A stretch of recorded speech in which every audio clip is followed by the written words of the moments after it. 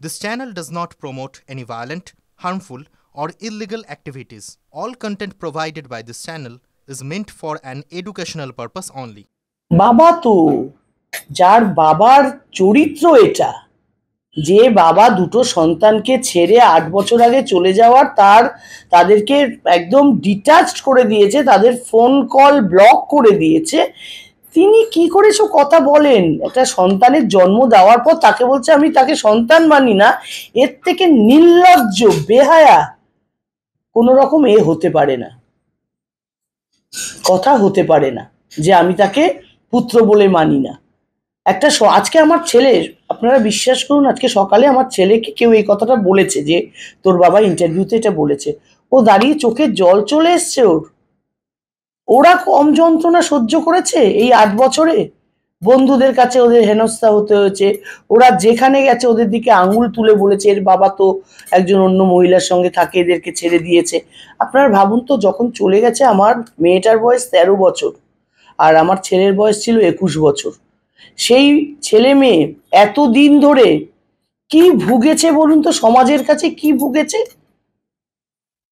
আমি তো লড়াইটা আরো ওর জন্য বেশি করেছি যে আমার ছেলে মেয়ের যে সম্মানহানি হয়েছে সমাজে, সেই ৮টা বছরের সময় শোভন চ্যাটার্জি পারবে ফিরিয়ে দিতে?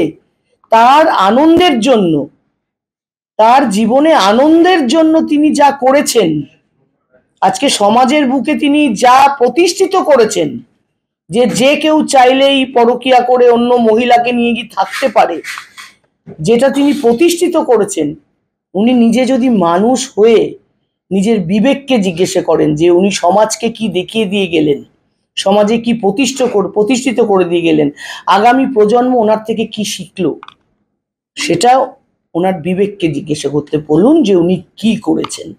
তাই আমি বলবো যে দেখুন, শোভন চ্যাটার্জি এমনি নিজে ৮ বছর ধরে এইসব করে নিজেকে শেষ করেছে। আমার কাছে যখন ছিল, আমি বিয়ে করেছিলাম শুধু কাউন্সিলর, একজন কাউন্সিলরকে বিয়ে করেছিলাম।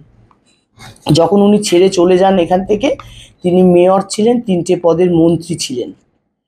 সেখান থেকে ১৭ সালে নভেম্বরে যখন উনি চলে যান, ১৮ সালের নভেম্বর, একটা বছর, ভগবান একটা বছর সময় দিয়েছে, তার মধ্যে ওনার সব কিছু শেষ হয়ে গেছে, সব।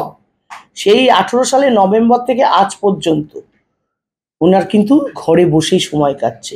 এটাই ওনার জন্য শাস্তি, ভগবান এটাই ওনাকে শাস্তি দিয়েছেন। এর থেকে বড় কিছু বলার আমার নেই।